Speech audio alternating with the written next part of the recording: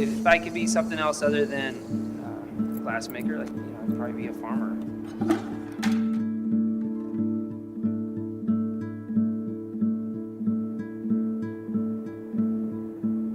That's definitely the way my mom made me. There's always something to attend to, and there's a season for everything.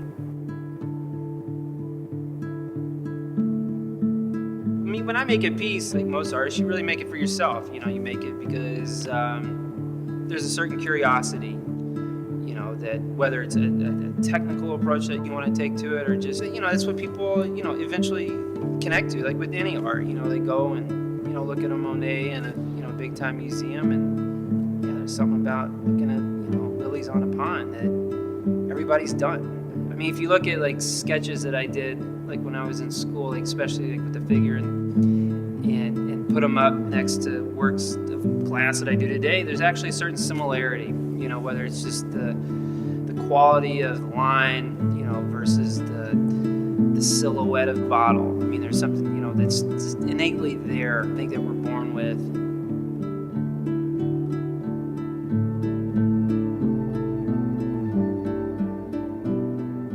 My last critique at school, like I said, I had an affinity for drawing, especially with the pencil and graphite. And I was one of those guys that I could fill up walls, like with drawings, like I could sit there and talk about it. And I did well. One of my instructors was like, Casey, it's time to bite the bullet. You're gonna have to learn how to make things. You're gonna have to work with, with the three-dimensionality of what these drawings stand for.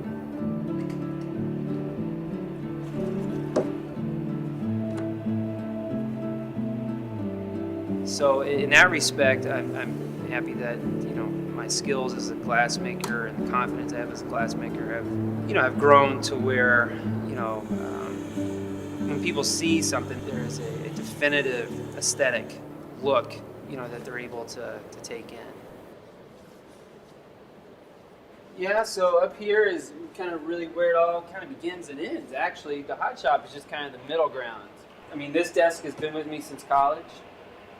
This May line at least has, and this is usually where most things start. And this particular piece, like these wrapped eggs, I've been making for actually quite a while. Ever since I've had my studio, it was actually one of the first pieces that I made, and it really just came from the idea of the egg in the nest. Another thing that I do a lot of, that I have been doing a lot of probably in the last 3 years, is working with silvering or mirror.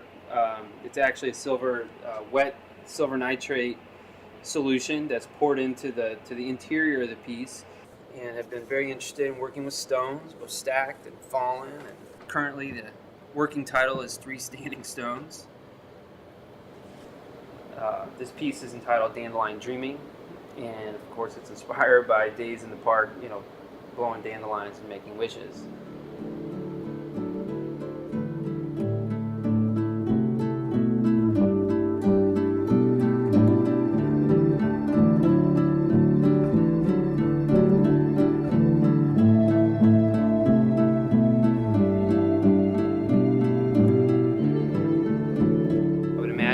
People make that transaction, that there's a certain story they're buying into, and it's not necessarily they know the artist or whatever. There's a certain aesthetic, or the piece speaks to them because they feel that somehow, somewhere, somebody cared enough in making this thing that they'll believe in it. They'll say, yeah, sure.